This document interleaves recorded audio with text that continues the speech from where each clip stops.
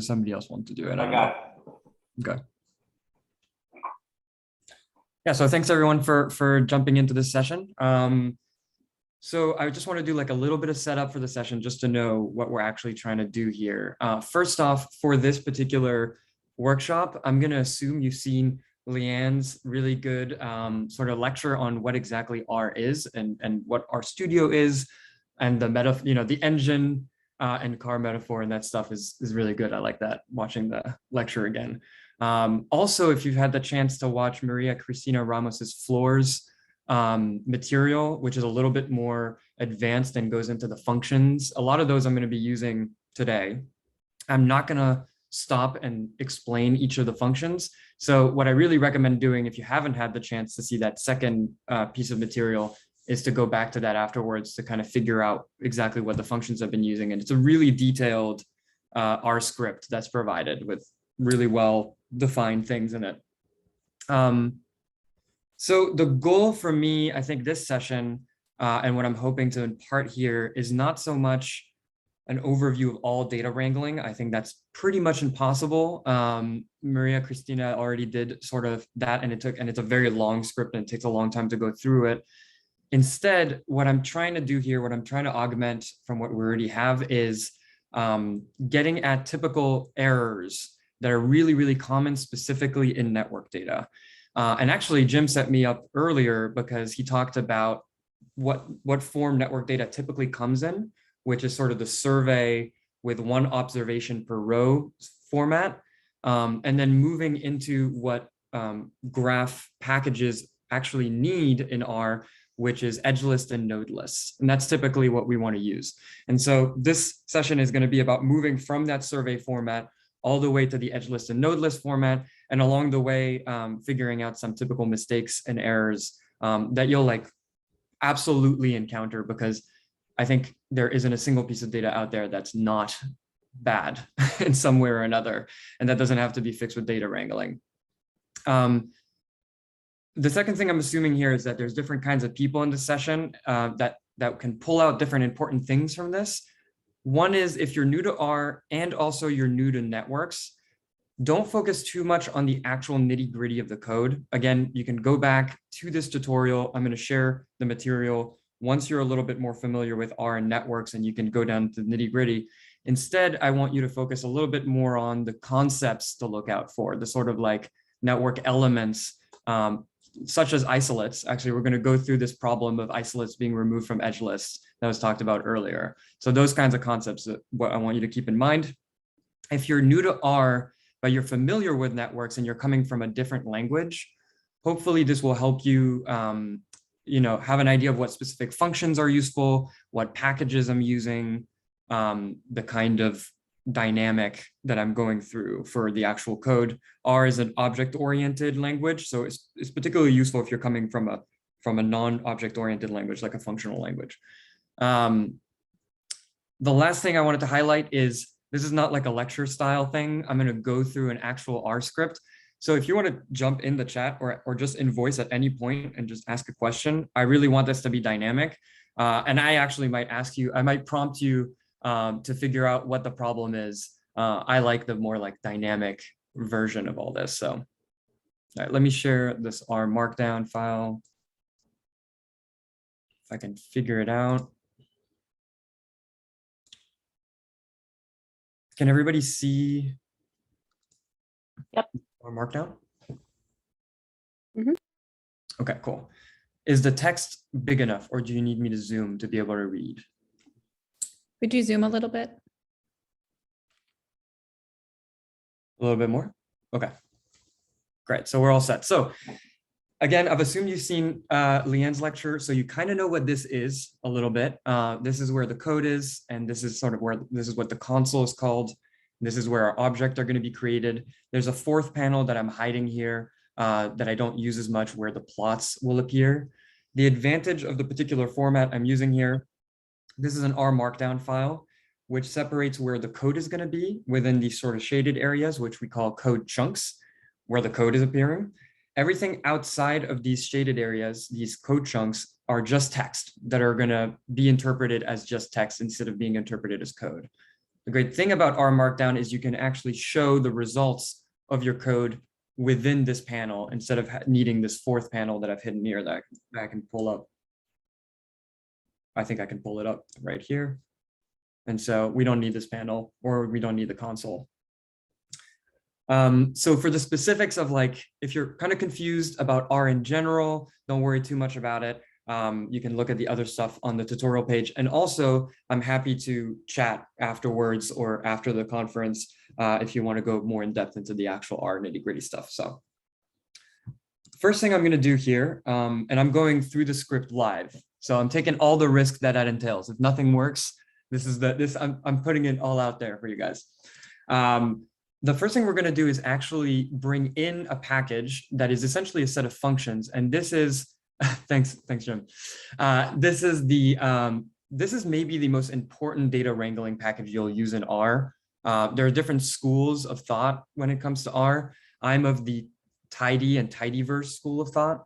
This package right here will bring in almost like 95% of all the functions you'll use in data wrangling. So it's a really, really good one if you're kind of knowledgeable about networks, but not so much about R. This is a good one to start with. So the first thing we're going to do is we're going to import the functions we need. And then we'll run that. This is the less fun part. So it's imported without a problem. So the first thing we actually need to do is import our data. This data is real data from a drug study. Columbia researchers went to a town and asked doctors to report who they discussed important issues with and who their friends were. And then they looked at adoption rate for a new drug. So it's a diffusion innovation study around a new drug. What I did for the purposes of this tutorial is I pulled a small section of that, renamed everyone in tune with Jimmy's like ethics. So I kind of remodeled the network to be similar, but not the same. And also I introduced a bunch of errors, a bunch of problems, which we'll see in just a second. So I'm going to use this read CSV function and import our data and name it DF, which stands for data frame. And there we have it down here, right? This is our data. So what we can do is we can call the data frame just to take a look at what it looks like. And what you'll immediately notice is that it looks like any kind of survey data that I'm assuming most of you have interacted with before, right? Each row is an independent doctor that they surveyed. And then we have information about those doctors, what their name is, what their sex is, and what their adoption rate is. And so this survey comes with a code book. And so we know that this means it's a female doctor, 2 means it's a male doctor. We know that this is the number of months it took them to adopt the new drug. And we know these columns are the ties that each of these doctors have with the other doctors in the study.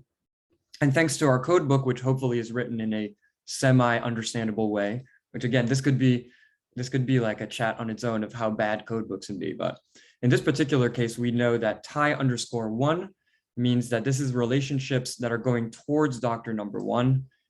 Same thing for doctor number 2, same thing for doctor number 3. So we can interpret this table as saying doctor number 1 reported having a relationship with doctor number 6, right?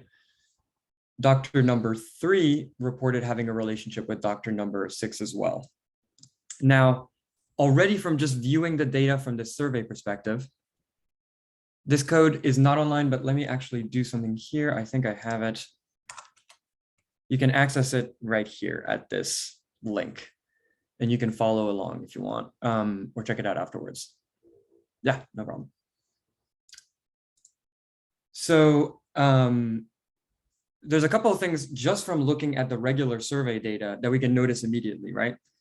First of all, there's NAs and there's zeros. This is problem number 1. Some data will consider these things to be the same thing.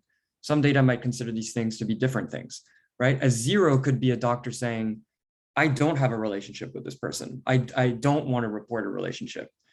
NA might mean that the question was never asked of the doctor. Or unfortunately, in a lot of data, these could mean the exact same thing. That's step number 1, is to understand what NAs mean, in particular in network data. This is especially the case when the data gatherers aren't very familiar with network data and they kind of think, oh, zeros and NAs is going to be the same thing. But really figure it out because it can lead to some really wrong analyses. The other thing we can see here is that there's two kinds of values in our sort of relationship columns or our relationship variables. And so going back to the code book, we know that there's two kinds of relationships that the doctors can report, right? One of them is friendships and one of them is discussions. So we're going to have to deal with the fact that this is a multiplex sort of network or multi-relationship sort of network. So now that we have a sort of an idea of the data, and another great function to check out is this Glim function that's also part of the same package, which will give us an overview. You can kind of see that this is just a flipped version of what we just saw, where the variables are now on the left, but this gives you a little bit more of a bird's eye view. I don't know if anybody's noticed with this bird eye view something kind of weird here, but if you have, bonus points if you can write it in the chat, for like an evident mistake or an evident problem that we're going to run into that's with this data. And it's nice because we only have a few people. It's a very small data set. I'll give it like 5 seconds. This is hard because I just showed it and I already know the answer, but one thing you'll notice here is that we only have 18 people that were interviewed, right? That were surveyed, but there's 19 possible ties, right? So there's ties to 19 doctors. So this 19th doctor, who knows? We're going to assume for the purposes of this that it's an out of sample doctor, right? It's a doctor that somebody reported a relationship with, but that wasn't actually surveyed in the context of the study. So we don't have any information about this particular doctor. And that's something we're going to have to pay attention to. Right. Also, there's NAs, right? In tie 2, in tie 9, there's these NAs, which we might want to deal as different values from the 0, or we might want to deal with as the same value as the 0. And in this particular case, I'm going to be a little lazy, and I'm going to call it the same thing as a 0. Another thing you might notice, and it's kind of hard to see here, is that some people reported no relationships. And what we'll see later on is that I created 2 doctors that are isolates. So those are 3 of the typical things that you'll see in a network data set: the isolates, NAs versus 0s, and then people who are like out of sample or who are reported as having relationships, but we don't have any information about. So this is your nightmare version of a network data set. It can get worse. Oh, and yes. Okay. And so thank you, Jim. Are there self loops or not? Is this data set directed? Can people report a relationship with themselves? In this particular case, there are no relationships with oneself, but that's another thing that you really need to keep in mind. I should have added that. That's actually a great point. So we have this data, we kind of understand it. We understand the high level issues with it. We recognize it as a survey data set, which is the kind of data we're most familiar with, which is in a wide format. Why is it a wide format? Is because we have many more information. We have fewer rows typically than we have columns, right? That's not always the case, but for one doctor, we have as many columns as there are possible relationships. So that creates really wide data sets, especially as you can imagine, the more people you survey, the more possible connections are, the wider the data set gets. And so we call that a wide data set. What is an edge list? An edge list is the exact flipped version of this data set, right? Where every single row is an individual relationship. And Jim actually noted that already in the introduction. Oh, I'm getting an update for Word in the middle of this, right? So what happens if we flip this wide survey data set and I turn it into a one row is one relationship data set? It would get really, really long. But on the other hand, all I need is to have the sender information, the receiver information, and then some information about the relationship. So there would be very few columns. As a result, it would just be a long data set, which we call a long data or tidy data. So that's going to be our goal, right? Is to flip this wide data into a long data. But before we start doing that, there's a couple of like general data wrangling tips I want to point out here. First off is that this first code chunk here that I'm highlighting right here. What I want to do is I want to select our original raw data frame, DF, and I want to select out only the columns I'm going to use for the purpose of creating an edge list. And this seems like a tiny thing. Why am I selecting only the columns that is necessary? Is because if you try to transform things, if you try to data wrangle in R, by keeping all the variables, because you're kind of precious about it, you want to keep everything, you're going to get in trouble. What do we do with the names? What do we do with adoption rates? Do we then kick them out of our edge list, right? In information that's at the individual level. That's never worth it. What you always want to do is start with only the columns you know you absolutely need to create the object you're trying to create, right? In this particular case, all we need is the ID of the doctor, and then we need all the columns that reference relationships. So those are the ID column and then all the tie columns. We don't need any sex information, any adoption information, any name information to create an edge list because they're not relationship information, right? So this is what I'm going to do here. I'm going to run this piece of code and create an object that's called edge list. Here, this piece of code does exactly the same thing. And why I put it there is I wanted to give you an idea of when you move further on, ways to avoid error, human error. So in this particular version of selecting columns, what I did is I said, grab the ID column and then grab every column between 1 and 19, right? Between tie 1 and tie 19. What if I forget how many columns there are and I just say 18 instead of 19? The computer would be fine with that, and I would just abandon column 19. Instead here, what I'm saying is grab the column ID and then grab every column that starts with the word tie underscore, which I know from my code book will capture all the relational data. So this is like a little bit more of an advanced data wrangling mindset to have. Reduce the ability to make human error by sort of thinking about it at a higher, sort of a higher level. And so the result is that we have a version of our survey data, of our wide data, that just has the ID and then has all the relational columns, right? If we keep scrolling here, it goes up until 19. Okay. Now we can actually do our pivoting maneuver, now that we only have the columns that we need. And it's what's really nice about the tidyverse package I imported is it has a function that does exactly that. Again, here are 3 ways to do it, actually 4 ways to do it. One way is this one, which you can immediately see is probably the dumbest way to do it, right? I'm going to say pivot longer every single one of these columns, and I'm going to name every single one of these columns.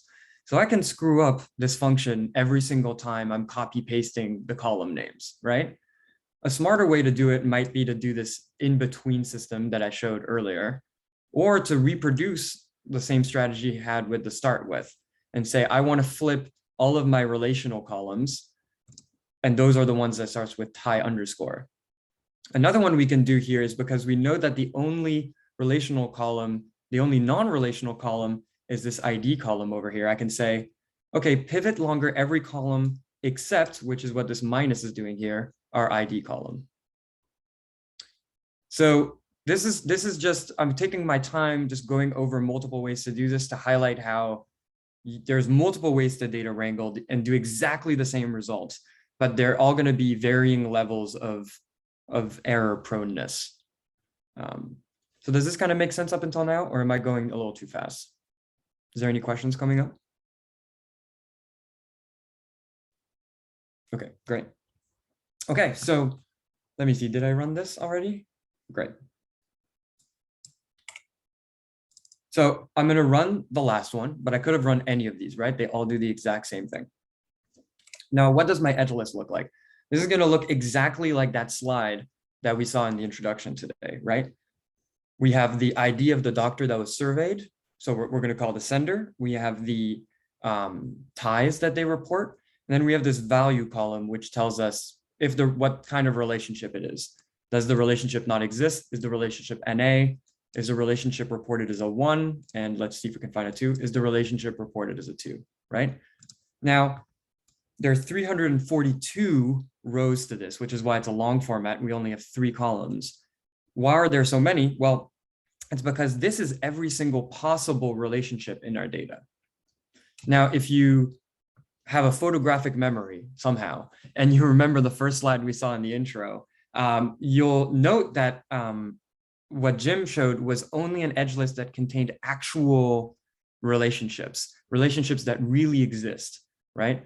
And that's important because the network packages in R expect you to give them an edge list that only contains real relationships, not absent relationships. So it doesn't, you could get, you could mess around and try to feed it something that has absent relationships, right? Our zeros and our NAs. but it would be harder and it doesn't really expect it.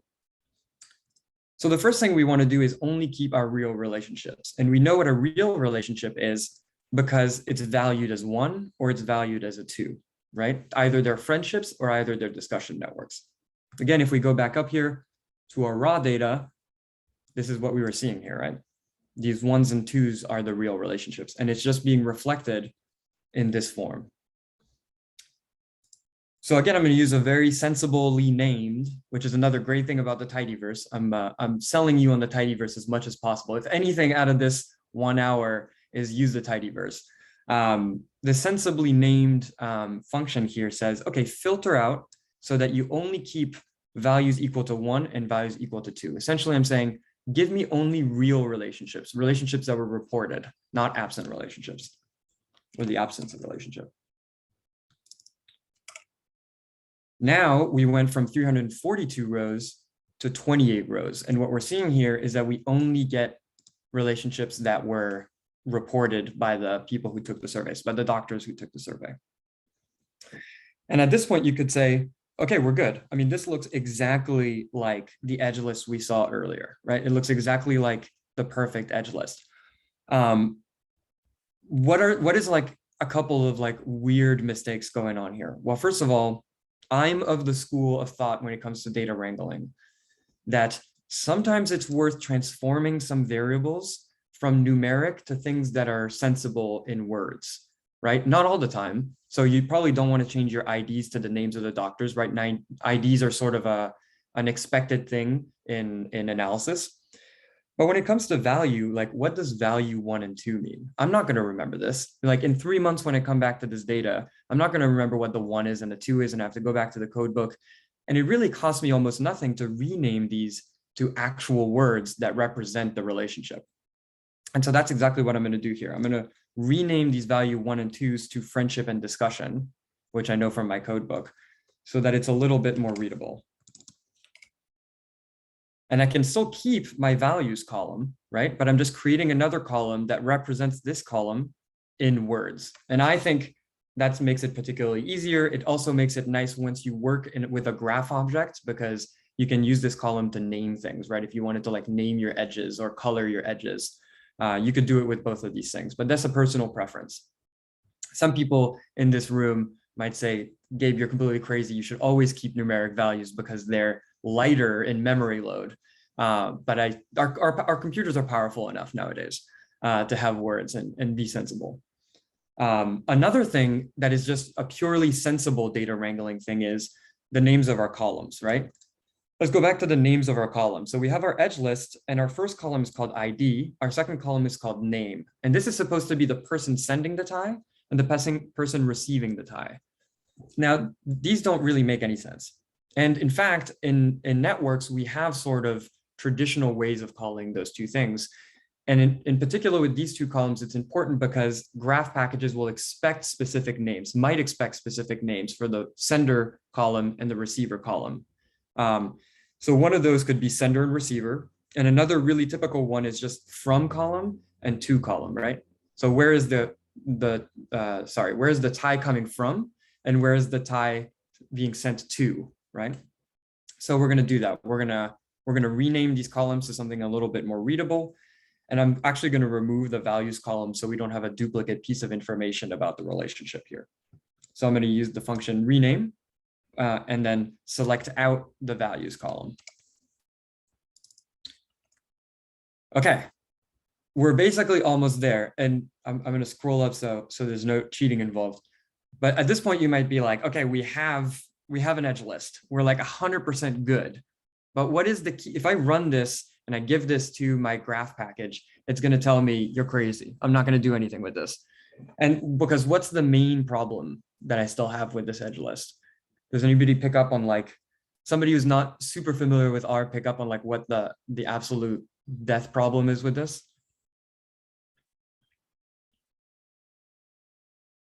Or if you're familiar with R and you just want to give a good answer.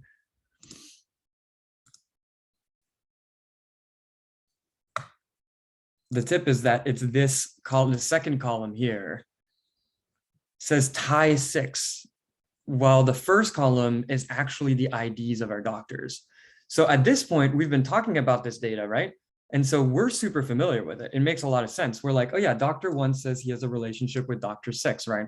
Dr. 2 says she has a relationship with Dr. 11. It makes a lot of sense in our heads, but you have to think about it from the perspective of a computer. A computer sees 1 and then sees this word, Ty_6, and is not going to understand that as being the relationship with Dr. number 6. We have to set it up so that it knows that Ty6 actually refers to the doctor that has ID number 6, if that makes sense, right? And that's a key problem that we'll run into, is that some of these ways of wrangling the data make sense to our minds, but we have to model it in a way that the computer will understand it as 2 numbers instead of a number and a word. And this is maybe the worst part about R. I think I'll get nods and agreements from everybody who's used to R, is the sort of type of data that you're using. Is it a character? Is it a number? Is it a factor? Is it an integer? Usually is the cause of a huge amount of problems. So it's better to catch it on early. Okay, so to do that, we're going to have to do 2 things, right? We're going to have to remove the Ty_ portion, and then we're going to have to transform the remaining 6 into a number. So there's going to be a 2-step thing here. So I'm going to take our edge list and I'm going to say remove the Ty_. And then I'm going to say keep the remaining number that's left after removing Ty_, consider it as a number. So I'm going to run this here, which is what these 2 functions are doing here. And now we have the actual edge list in the way that the computer will understand, right? 1 column is IDs from our senders. We've had that from the beginning, thankfully. The second column is the IDs of the receiver, like shaped and understood by the computer as a number and as an ID. And then our third is some sort of value about our relationship. Okay, so we're actually done with our edge list now. And thankfully, node lists are way easier, right? And they're easier because of the way we've gone about doing things. Because we kept our data frame as this totally raw piece of data. And I really highly recommend never overwriting your raw data, right? Always have an object that is your raw data that you can go back to untransformed. And once you've spent hours and hours and hours building data wrangling scripts, you can go back to it and saying, what was this data look like at the very beginning? Because I can't remember what I did and what the data was like. So you want to always keep this, what I always call it DF. That way I know DF is my raw data. Other people call it raw. That way they know. And then that way, when I'm creating my node list, I can do the exact opposite of what I did with my edge list, right? Same thing. I start with the same logic. I select only the columns that I need to create a node list. What is a node list? A node list is essentially just a survey of individual level variables of the people being surveyed. So all I need is to select the individual level variables for the doctors. What are those? They're the IDs still, their names, their sex, and their adoption rate of this new drug. And so it's really easy. There we go. I just have to select them out and we have our node list. So at least there's not a lot of data wrangling involved with that, because node lists already take the shape of a survey, essentially, with the ID that can connect them back to the edge list.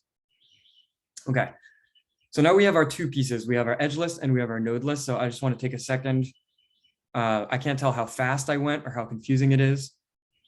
I didn't really go over each of the functions, but again, I was more hoping to go through the logic of moving from the network data down to what you need to create a graph object. So if there's no questions, I'm going to move on to try to create it. Okay, great. It's so hard to do these things on Zoom. You know, you don't get the, thank you, Leanne. I do see you and I see you, Joshua. And so I get some feedback. I love it. Some like visual feedback of how I'm doing. Okay, so we have our edge list and we have our node list. What do we have to do now? All we have to do is like create our graph object. And you would think from here on out, that would be the easy part. Actually, what we just did is the easy part. Creating graph objects in R is bad. It's bad. And not only is it bad, but it's bad in different ways depending on the package you use, right? I'm going to choose to use a package called iGraph today, but there are a bunch of them around. There's another one that's very popular called StatsNet.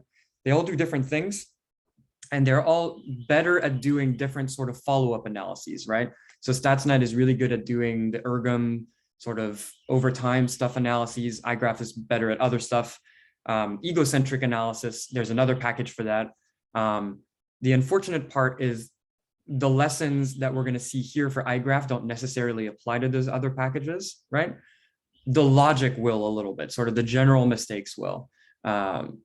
Actually, right after this session, I think Jim is going to present on a project that DNAC has been working on that will hopefully get around some of these problems. So this will be a good follow-up to these packages are not that great. So today we're going to use iGraph. So I'm going to first import the actual package, which is going to allow me to use this graph from data frame function that comes from this package. It's a really nice function because all I have to do, the minimum number of arguments I need to give this function is the actual edge list and whether or not our network is directed. And so I'm going to do that. And I'm going to create our net object. And then I'm going to plot the network just to see what we got. This is from our edge list, right? And so it looks like we're good. I mean, we have our nodes and we plotted and we didn't get an error. So yeah, one package to rule them all is not iGraph. So we plotted our network and it seems to work, except there's one obvious thing here. This was foreshadowed earlier, is that we completely bumped off our isolates. They're not part of our plot at all. Why is that? It's because, I'm going to flip back here to the moment where we filtered out our edge list. Because we filtered out on only real relationships, well, the isolates don't have, they're only absent relationships, right? Okay, I'm going to just see the question here. Are there other languages, software that make graphing easier after you created an edge list in R, considering the comments you made at R package blog? Yes, there are packages that make graphing a lot better. The most popular graphing package in R in general is a package called ggplot, which has a second version, ggplot2. That package has a graphing sort of section to it called gggraph, and that's sort of my favorite one. There's a bunch of different ones. The nice thing about gggraph is that you can sort of employ the years and years and years of evolution of ggplot sort of layering. Yeah, thanks, Leanne. Yeah, that is a really good, that's a good website. So what happened here is when we filtered out to exclude our non-relationships or absent relationships from our edge list, well, we excluded our isolates because our isolates aren't receiving any relationships and they're not sending out any relationships. So when we created our graph objects, they're absent. And you'd be surprised at how many times people just feed an edge list into a graph because it works. That's all you need technically. And then they just forget that their isolates are out there. And so their analysis look weird because they're missing some data points. If we look at the names here, who are we missing? We're missing number 10, and it looks like we're missing number 16, right? These are our two isolates. Okay, so how do we fix the isolate issue? Well, to fix the isolate issue, in theory, all we'd have to do is to feed our last graph from data frame function, where we'll say, okay, not only do you use this edge list, not only is it directed, but also here is the vertices, which is a synonym for nodes, right? Vertices and nodes are synonym. We're going to say, this is this node list. So take the information from these nodes. And we know from our node list, I'm just going to show our node list here, that we do have number 10, right? And we do have number 16. Our isolates exist because they were surveyed in our study. So we're going to run this, and it's going to be no problem, and it's going to understand everything. And of course, it's not going to do that because R is stupid sometimes, right? And it's going to give me an error message that says, okay, well, some of these node names in your edge list are not listed in your node list. And so we go back and we're like, they should be, right? Except we forgot about number 19. Number 19, if you remember from the beginning, was our out of sample doctor. Number 19, Dr. 19 was never surveyed, but there's somebody that reported a relationship with them, and then they were put into our data set. So what this error message is telling us is there's an inequality between your edge list and your node list here. Somebody isn't appearing in your edge list that does appear in your node list, okay? I'm not gonna go over this particular code chunk in great detail, but I would really recommend these 4 lines of codes I've used ad nauseum. They're great because what these 4 lines of code will do is they'll pull every unique piece of ID. Yes, John. Yeah, exactly. That's like a next level problem, which would be really interesting to talk about afterwards, which is an iGraph particular issue, and that hopefully will be solved by the one package, one tool to rule them all IdeaNet issue. But yeah, if we can talk about that afterwards if you want. It's a particular iGraph issue. But so what I wanted to highlight in this particular thing, these particular 4 lines of code here, is that they will pull out all the unique IDs from your edge list, and then they will fill in the blanks in our node list, right? So I'm just going to go through and run these 4 lines. And now we're going to look at our new node list. And what we're going to see is where before number 19 didn't exist in our node list, because our node list is only people that were surveyed. Now we added our out of sample person, and we just added some NAs where there's information that should have been reported by the doctors because, well, we never surveyed Dr. 19. So we don't know what their name is. We don't know what their sex is, and we don't know what their adoption rate is. But now our node list and our edge list, they match. And so iGraph will be happy with that and will allow us to move on and actually plot. So we're going to redo the exact same function, graph from data frame, with our node list as an argument for vertices. We're going to run it. This time we don't get any errors, which is nice. And we can plot that. The only thing I've added to the plot here is I'm telling it to use the actual name column as the names for the nodes. And now we have all our actual data being plotted. Who do we have? We have our out of sample person, which doesn't have a name, right? And we have our isolates, which is Michael and Greg. Okay, so now we're pretty confident that we have everything. If we look at the adoption, if we count there, we know that we will notice that there's 18 that we have adoption rates for, and 1 that is NA, which is our 19th doctor we don't have information about, right? And so I want to stop here to allow some discussion because I assume there'll be a lot of questions. But if there is not a lot of questions, I have an entire section about data wrangling that's specifically for plotting.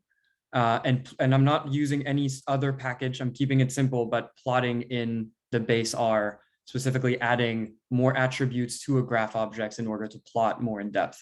So I'm happy to get into that. Or if you want to check it out yourselves, you're welcome to do that as well.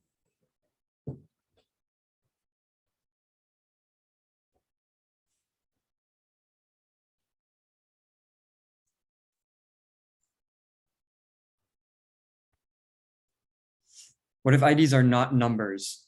Create numbers. I think is the easy answer to that. I'm sure you know you're asking for just the general knowledge. But without a doubt, if you don't have numbers in your IDs, which does happen a lot, it's 100% worth just creating IDs. So there are functions in R that will say create an ID for each row. So once you've set it up you take your data in a survey format, in a wide format, just create a column that goes from 1 to N, and then you use that as IDs, is what I would do.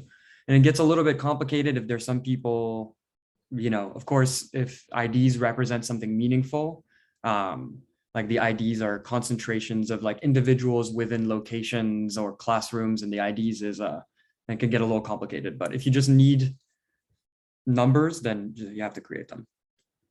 And you really should.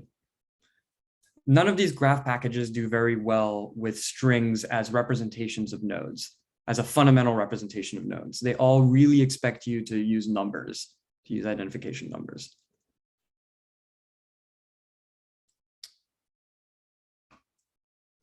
So if there are... I would just echo that and say the reason for it is because the algorithms that are path walking algorithms exploit the sequential elements of numbers, but yeah, you need unique IDs. The other thing is that a lot of the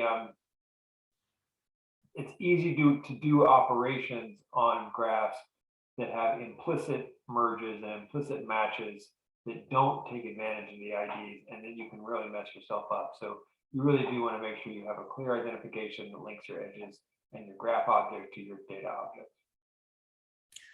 Yeah, not to mention the odds of you having unique non-IDs, like, anything else that's not an ID is likely to not be unique. Like names are obviously very likely to not be unique or in some way.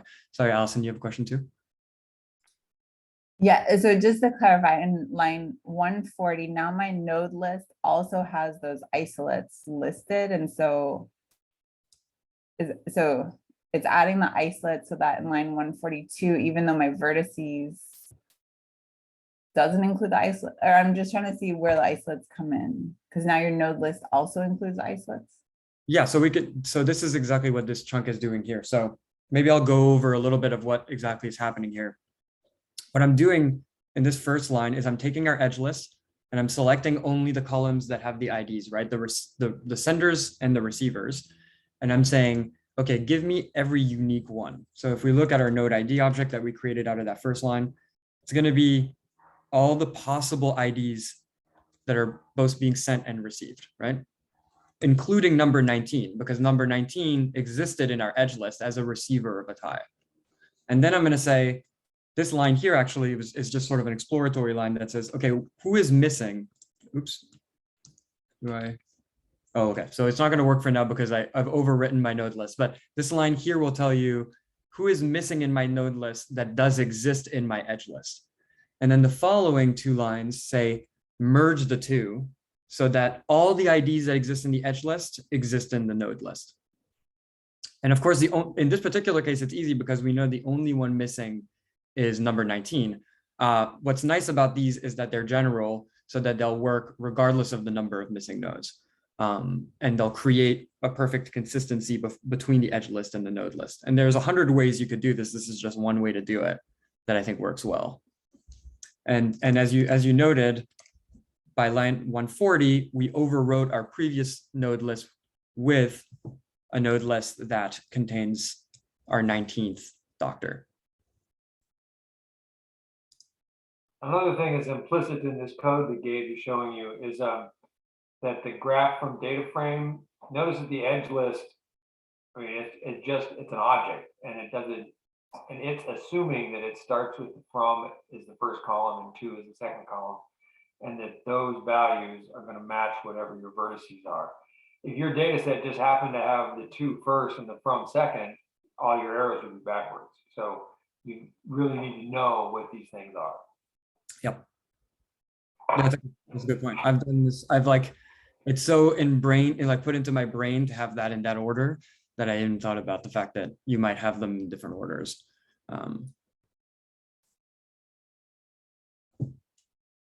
The general sort of overarching thing that I was hoping that people would get out of this is both from the data wrangling side is the slow paceness.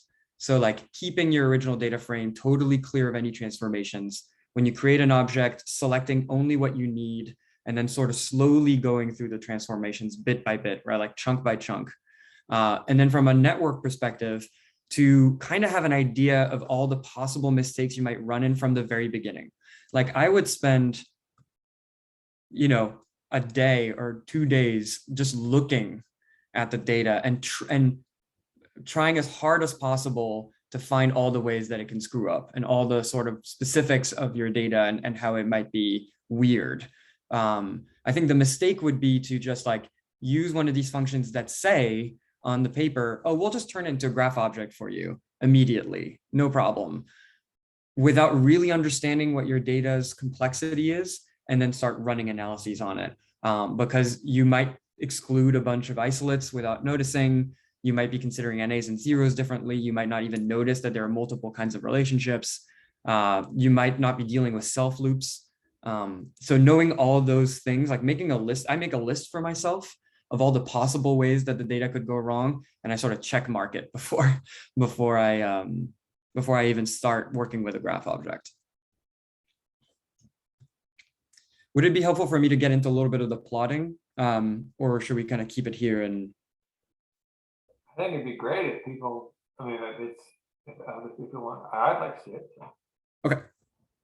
So as noted, and as the link that Leanne put, graphing is like a brand new world, and brave new world in the sense that like you could go really, really, really deep. as much as I think what I did previously is sort of enough to do most data wrangling for networks, it's rarely more messed up unless you're playing around with strings a lot. With graphing, you can do some crazy stuff. So what I'm going to show you is sort of the bare bones. We're trying to color nodes. We're trying to show differences in edges, basic stuff that you want to do. But again, you can go as far and as complex as you want. And there's some really cool visualizations that are made. It's like one of network scientists' favorite thing to do, I feel. So we have our network object and we're confident in it and we know that everything is in it. So that's our first step. So we can check out the attributes of it. And what kind of attributes do you have? Well, we have their name, we have their sex, and we have their adoption rate. And we're going to go off the idea that we want to show all three of these things in our graph. There's a professor in my department that would say that that is the worst idea possible, but for the sake of example, we're going to try to show all of them at the same time, and it's probably going to be information overload and not look very pretty, but for the sake of example. So what's one way that we could do that? Well, we could just start telling R to plot things using specific attributes as the naming convention or as the coloring convention. One thing to keep in mind if you're drawing data from standard survey, right.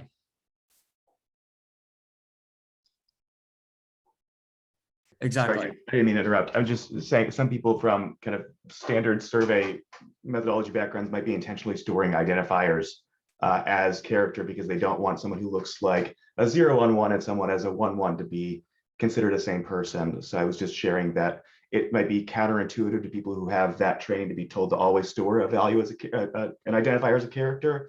And the workaround is, even if you have numbers that might look the same when they become a character, is to create a new identifier just so that R can still handle your nodes as unique and numeric.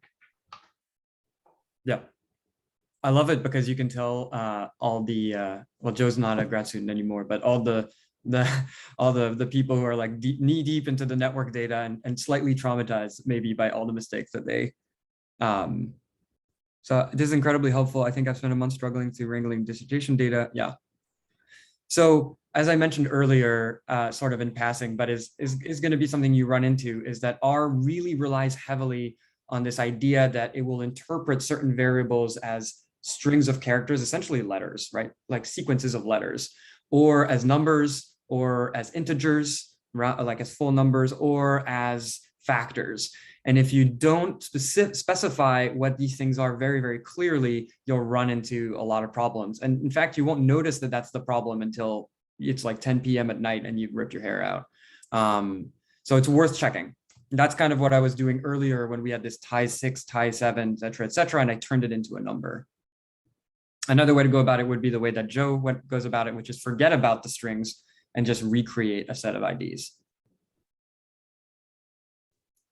So yeah, keep putting your advice in the chat because this is like a collective problem issue. So we have these things. So what we could do is we could plot this by just asking R to interpret one of these attributes, these node level attributes, and just say like color them in whatever way you want, right? And it will do that for us. So here in this plot argument, I'm saying use names as the vertex names, as the node names. And then use adoption, so this is our adoption attribute, as the color of the nodes, right? And so I'm just going to let it do its thing. And it's going to plot maybe the least intuitive use of colors you've ever seen in a plot. Like it's just going to select random colors for random numbers because it doesn't really understand what we're trying to do.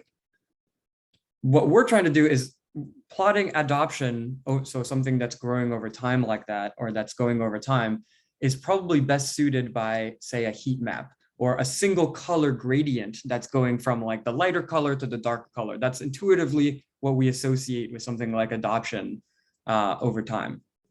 But it's not going to interpret that easily itself. So what we want to do is we want to assign it a new attribute that is specifically a gradient of color. In this particular case, I like this library, Viridis, that gives you a set of gradients. It's pretty nice. And then color values that will transform these palettes into actual values that can be interpreted in R. But the same logic, if you want to pull a palette from anywhere and use it as an attribute, will work for what I'm trying to describe here. So instead of just letting R do its own thing, what we're going to say is, we're going to say, create a new attribute that's added to the nodes. So the same as name, the same as adoption, the same as sex, except we're going to create a new attribute that is color specifically. And we're going to say, create that based on our color palette, which is called heat_HCL. It's a great palette that I'm pulling from this particular library here. So now if we go back to checking out all the attributes that we have in our network, one of them is this color attribute.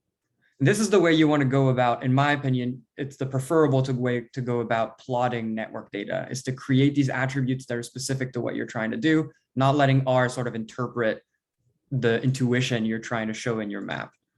So I'm going to do the same plot, use the labeling as the name, and then use the node colors. This time I'm going to assign it the vertex color attribute. And okay, maybe it's not everybody's cup of tea, but I would argue that it looks a little bit better, and how do you interpret this? The lighter colors are people who have adopted earlier, and the darker colors are the people who adopted later. In my opinion, it works a little bit better than what we had previously. And then we have the gray here, which is the person we don't have any information about, right? Okay, so what other information do we want to present on this? Well, we might be interested in the way that this diffusion happened between men and women, female doctors and male doctors. We've already got colors covered, right? We can't use colors to represent that because we're using it for adoption. What we could do is we could use shapes. And I'm going to do the exact same logic that I did with colors, which is to create a shape argument assigned to each of my nodes. But this time I'm going to say, if the sex attribute says 1, then give it a circle. And if the sex attribute says 2, then give it a square. But it's the exact same logic of creating new attributes, right? So if we go back up here and we look at all our attributes again, we have a new attribute, which literally says a string of letters that says circle, square, etc., which R will actually interpret correctly as shapes. Unfortunately, there aren't a lot of shapes that R is good at. There are ways to expand that vocabulary that I'm not going to get into, but squares and circles it can do at the very least. Okay, I'm actually going to add a third one here, and I'm going to say, if we don't know anything about the person's sex, then give it a pie shape, which you'll see what that will do. It's because I don't want it to be a circle and then interpret it wrongly. Same thing, same plotting argument. I'm going to have the label names, the vertex color that we had before, and now I'm going to give it the shape argument, right? I'm just adding more information to my plot function. And there we go. So now we know who adopted at which rate, essentially, sort of by heat map visualization, and also if sort of there's a difference between males and females. So we know that circles are female, so there seems to be sort of like hubs here that happen around female doctors in this particular one. There's maybe like 2 clusters of doctors that are diffusing this. We can start making some interpretations. Okay, so what is left that we can use to make interpretation? Well, it's actually the relationship on the edges. And we haven't really brought that into play yet, but we know that there are there's friendship and there's discussion relationships. And that we'd have to represent by changing the actual shape of the arrows, which right now are pretty ugly arrows. Again, same exact logic. So these are just like examples of the same logic. I'm going to create an line type. LTY stands for line type argument that I'm going to assign to, this time, each of my edges instead of assigning them to each of my nodes. And I'm going to use the edge attribute type, which represented friendships or discussions, in order to define that line type. And then I'm going to run that along with a plot. And then we have our final sort of plot. Let me see if you can actually see can you see the expanded version here? It works. So yeah. So now you might say, okay, so like I brought all the information that I'm interested in, and this is a network visualization of the diffusion of this drug in this particular context, where you can parse out how fast people adopted, you know, what kind of ties led to the adoption, or what kind of ties people report if they're male and female. Again, I think there's too much information here. It like makes it, it's like overload. Right. And so the last one would be size by degree. So that was going to be my last one. And again, right. And so the way you would size by degree is you'd have to already start doing analyses on the graph in order to pull out that information. We don't have that information in our survey. And I wanted to keep it to pre-analysis only data wrangling. But yes, the size of your nodes could represent some sort of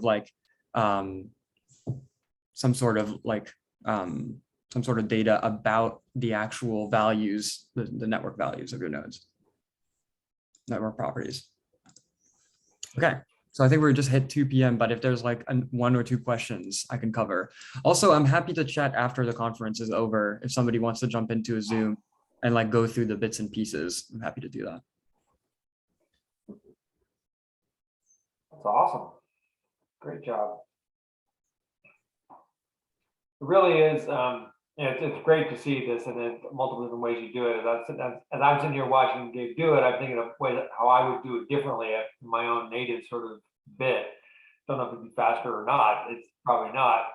But the point is that we would have got to the same space because the logic would have been that it's all a process of using data tools and programming tools to solve the problem of having data that's originally stored in a way that was easy for the collectors into a way that's manageable and usable for the tool, and making that distance. There's lots of different routes you can get through to get from point A to point B, but you have to make that route. So thinking through that logic is what's so nice about the way Gabe just showed it. So very nicely done.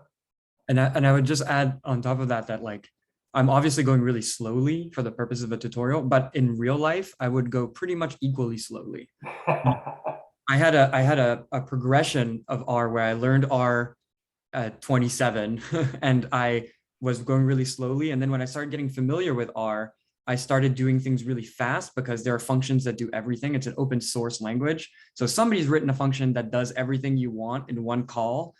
And I started using those and then moved away from using those back to going really slowly and defining everything really precisely. And I think that's an arc of learning that one just has to do, but getting out of the bump where you just use big functions that do everything all at once is good, because those things they're actually bad. I think going very, very slowly is the way to go.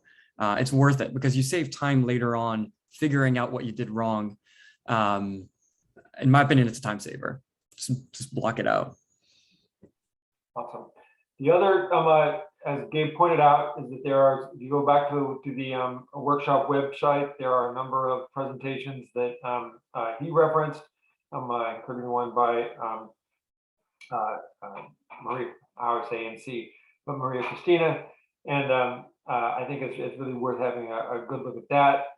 There's also, John Morgan is in the room here. He did a wonderful presentation last year that they were recording for, as well as a whole series of tutorials and R bits on working with data wrangling for really big networks. So we're not doing that this session. We just didn't have enough time in the days, in the 3 days we have to work with it. But if you're the kind of person who wants to work with 1 million nodes or 1 billion nodes, go check out that tutorial, because there's pieces there worth doing. And the logic is the same, but there are some efficiencies that you can gain.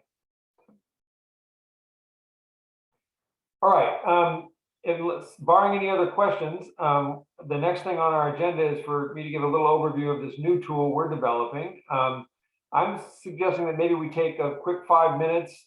People sort of just to get a drink / bathroom / back stretch break, and we'll start at 2:00. I have 2:01 right now. Maybe we'll start at 2:06. So take 5 minutes, and we'll come back.